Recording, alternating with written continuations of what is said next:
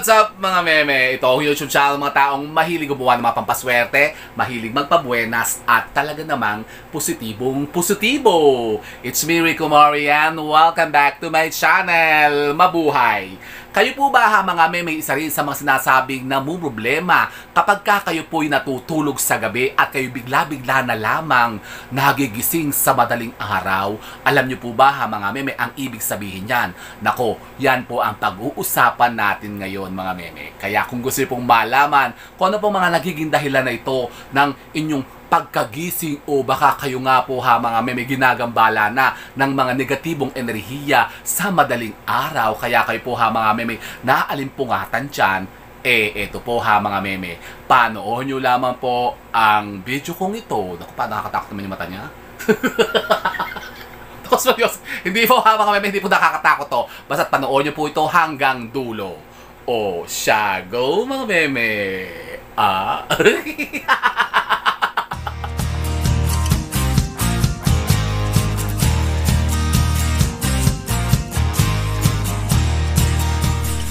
So yun na nga po mga meme, isang mapagpalang araw naman po sa inyong lahat mga meme. Ako, para naman po tayong bulati dito, napakalikot naman po natin kasi tayo po ay andito naman po sa ating room. Anong room? Eto, bedroom. Kasi ako po mga kumari kong tigang, mga meme, matutulog na ako mga meme. Kaya lang inaisip ko ito kasi ito isang topic na ito na medyo may mga nagtatanong din po sa atin mga meme. Kasi ito po'y naranasan ko po nung isang gabi. Nako, bigla na lamang pong naalimpungatan baga sa kalaliman ng gabi. Nako, ako binagising po ng mga around 2:30 mga 2:30 ata yun. Sino ba itong mga natawag na to? Mamaya kayo tumawag! Ako yung nag-gagbag dito! Tawag kayo ng tawag dyan, tapos mamaya narinig naman yung busy talaga itong mga to So yun na nga po mga meme. Kasi sinong kasing araw, naku, ako'y nalimpungatan mga meme. Naalimpungatan ko ako. Ako'y nagising mga meme nung isang araw. Ako'y nagising na madaling araw. Naku, pagtingin ko sa oras na ganyan, mga 2:45 ata yun, mag-aalas 3 na madaling araw Pero ako naman hindi naman napapaihi. Kasi madalas ako pagka ganyan po, pagka ako'y napapaihi, saka po ako gumigising. Ako naman hindi napapaihi. Tapos sabi ko, bakit yun? Parang maalinsangan. Todo naman yung aircon, todo naman yung AC dito. Sabi ko, bakit parang ang init-init? Alam niyo po ba mga meme, kapag ganyan po ang nararamdaman nyo sa madaling araw at kayo po bigla na lamang naalimpungatan sa kaliliman ng inyong pong pagtulog. Nako, tapos bigla na lang kayo magigising. Parang there's something about Mary inside the room. Baka nga kasi mga meme, may manifestation po ng mga negative energies na andyan, nakapasok sa loob po ng inyong pong mga silid tulugan. Talaga ba? Ano yan? Yun na nga po mga meme, baka kayo nga po ayun nga, ginagawa na ng mga maldisyon o yung mga palipad hangin na maaring pinadadal sa inyo kapag kayo po ay natutulog sa gabi. Kaya di ba sabi ko nga sa inyo, kapag kayo natutulog, magsuot kayo ng mga pangontra mga meme. Yung mga pangontra natin na para tayo po hindi kapitan at hindi lukuban ng mga sinasabing mga negativities na yan. Baka nga kasi kayo po mga meme bahungutin. Nako po. O yan, sabi ko sa inyo, magsuot kayo ng mga gold. Yan, katulad niya, mga gold po mga meme. Pag matutulog kayo, magsuot kayo mga hikaw na gold, sing-sing, kwintas, yan. Okay lang po yan mga kumari kong tigang mga meme. Kasi ang mga gold po ay isang napakainam na pangontra sa mga sinasabing sumpa, maldisyon, at yan, yung mga sinasabing mga negative energy na yan na maaari pong lumukob sa inyo. Tapos, yun na nga, meron tayo isang napakainam na pamamaraan para makontra natin yung mga sinasabing mga maaring sumasalakay na sa atin mga meme sa pagtulog natin. Baka tayo nga itamaan nga ng mga sumpa nila. Ganito po mga meme. Kayo po ay magdasal lamang po ng Anima Christi. Yan, dasalin niyo po yan bago kayo matulog. Kayo po baga mga meme nagdasal pa ba sa gabi? Kahit yung yung Our Father man lamang, Hail Mary. Alam niyo po mga kumari kong tigang mga meme, magdasal po kayo bago kayo matulog. Kahit ano pong ginagawa niyo mga meme sa madaling araw, bago kayo po pa dyan, Facebook pa kayo ng Facebook, tingin kayo ng tingin dyan naman kung anong chika dyan, kay Diwata.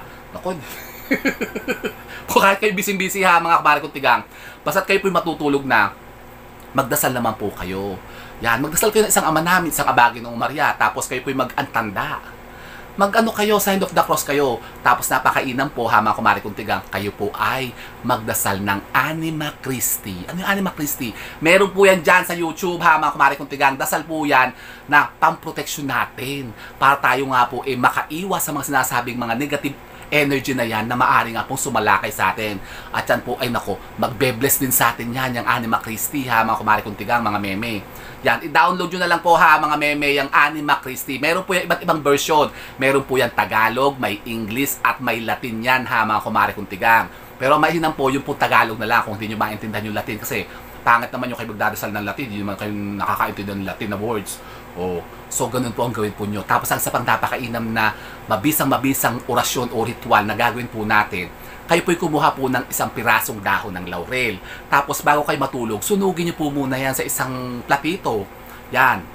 Sunugin nyo yun. Tapos yung abo nyo, ilagay nyo po sa ilalim ng inyong pong mga higaan. Yan.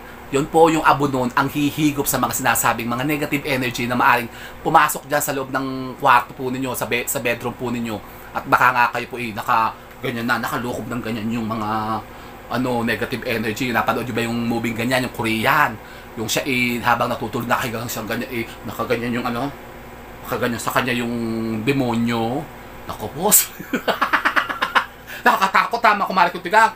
Tapos baka kayo po'y malukuban niya, tapos magla kayong yung, ang tawag doon? Yung bangungot. Naku po, si Maria Jose, nakakatakot, ha mga kumare kong tigang. Tapos wala pa kayong kasama sa kwarto. Kaya sabi ko sa inyo, kapag kayo nag-iisa sa bahay, sa kwarto nyo, magsama kayo ng mga pusang itim. Oh, diba sabi ko sa inyo, mag-alaga kayo ng pusa. Kahit anong kulay ng pusa, pero mas maganda po, pusang itim. Tapos yan po isama nyo sa kwarto nyo. Pero kung ayaw nyo pong nasa loob siya ng kwarto, dun lang po sa may pintuan po ninyo, dun nyo siya patulugin. Yan, katulad po ni Carlota, doon ko po natutulog yun sa labas ng pintuan ko eh. Dun siya, hindi siya umaalis doon kapag ako'y tulog na. Tapos aalis lang po siya pag morning na, pagising ko, sabi ko, "Hi, Carlota!" Kakainin na ako, tatayo na yun, tapos bababa na yun. Tapos iihi na yun, ganun. O, kasi sinasabihan ko siya na magbabantay ka dito kasi baka nga ako salakayin nga nung mga, anong tawag doon? Yung impact pagkagabi, yung sa panaginip daw, yung iba yung umaatake sa babae, iba din yung umaatake sa lalaki eh.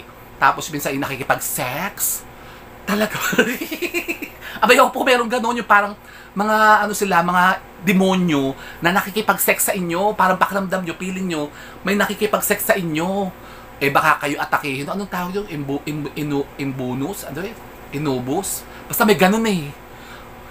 Basta may demonyo, parang demonyo kayo na parang feeling nyo nakikipag-sex kayong ganyan sa parang sarap na sarap kayo. Pero ang nakikipag-sex na pala sa inyo, yun nga, mga evil spirit na pala.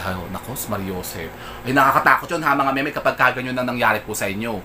Kaya napakainam po kayo maglalagay po ng mga pangontra sa mga kwarto po ninyo. Ano yan? Katulad po nito ha mga meme, lagi ko itong ginagawa talaga. Ito po yung lagi kong kumbaga nire-renew ito.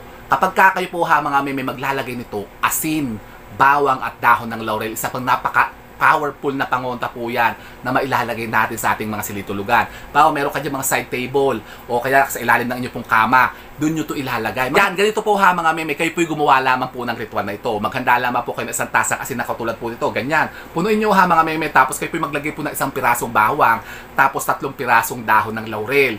Tapos yan po ilalagay po natin sa ilalim ng ating mga higaan. O kahit sa mga side table po natin, kung bawa wala lang po kayong mga kama, kayo natutulog sa sahig, yan sa katre, ganun. Sa side lang po ha mga meme, basta dun siya, hindi nyo po siya matatabig at matatapon. Yan. Kasi alam niyo po ba ha mga meme, na bukod sa ito po yung napakainam na panghikayat o panghalina ng mga sinasabing mga kaswertihan, ito po yung napakainam din pong pamproteksyon natin ha mga meme habang tayo po yung natutulog kasi may asin po siya. O tapos meron din siyang bawang, di ba? Ang bawang nung araw pangonta sa mga aswang. Nako, may aswang pa ba ngayon? Abay, meron pa po ha mga kumare kong tigang, meron. Maniwala kayo. Lalo-lalo na pagka kayo po yung mga buntes, nako kayo maglagay po ng bawang dyan sa mga paanan po ninyo, sa tabi ninyo ha mga kumare kong tigang. Kasi ang mga aswang ngayon, nasa online na rin. Oo, baka kayo maamoy ng aswang, kayo, nako, kayo ba miscarriage? Miscarriage, makukunan. Kasi sisip-sipin nila yung baby nyo. Akala nyo nakunan kayo, yung pala, sinipsip na yun ng aswang. Talaga ba? Abay ako po ha mga meme, huwag kayong tatawa, totoo po yan. Kaya ito po, gawin nyo po ito. Maglagay po kayo ng isang tasang asin, bawang at dahon ng laurel. Tapos ito po ay uulit-ulitin lamang po natin ha mga meme, weekly. Yan, napakamura naman po ng asin ha mga meme, huwag na kayo manghihinayang kasi tingnan nyo itong asin natin, talagang napakasariwa oh. Ito po ha mga meme, isang buwan na dito, hindi ko pinapalitan kasi nagpapalit lamang po ako nitong ritual na ito, itong ating favorite na ritual na ito kapag tuwing full moon. Kaya katulad po ngayon, magpo-full moon sa 24, pwede na po natin itong baguhin. Tapos titignan nyo po yung bawang nyo kung medyo matigas-tigas pa, baka kuluntoy na kasi wala na pong laman yan ha mga meme. Ibig sabihin po, nasipsip na siya yung nung mga negative energy, kinontra niya, kaya siya po parang natuyo na.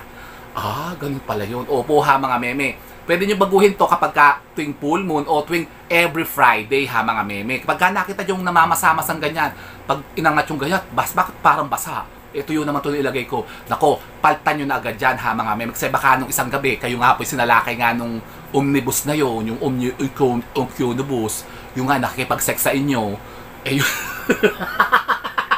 Yun po kinokontra niya ha mga meme.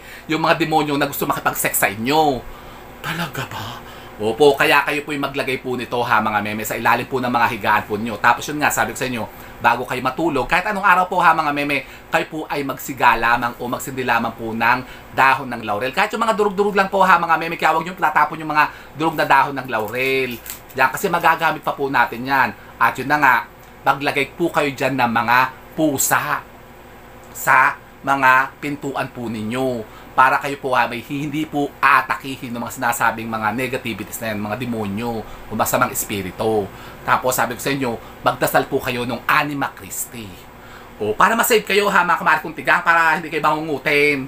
O ganun lang po ha mga meme, napakasimple. Kapag kayo nakaranas ng ganyan, na bigla kayo nagising sa madaling araw, na walang kaabog-abog, bigla kayo nagising na ganyan. Tapos pakiramdam nyo parang merong sa paligid, there's something about Mary.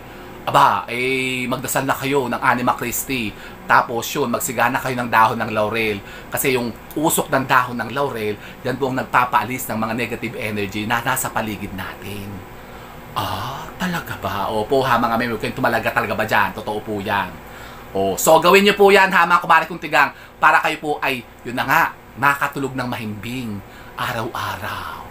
So yun po ha mga meme, subukan nyo po yan. Hindi nyo susubukan, subukan nyo para kayo po ha mga meme, maging mahimbing ang pagtulog po ninyo at kayo po hindi gambalain ng mga sinasabing mga negativities na yan. Baka po ay makipag-sex pa sa inyo ha mga kumare kong tigang. Ako, Mas Mariosep.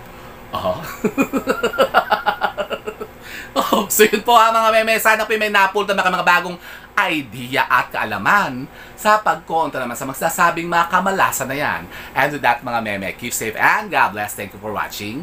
And don't forget to subscribe my channel. I know you like it. And don't forget to brush your teeth. Bye mga meme. Gawin nyo yan.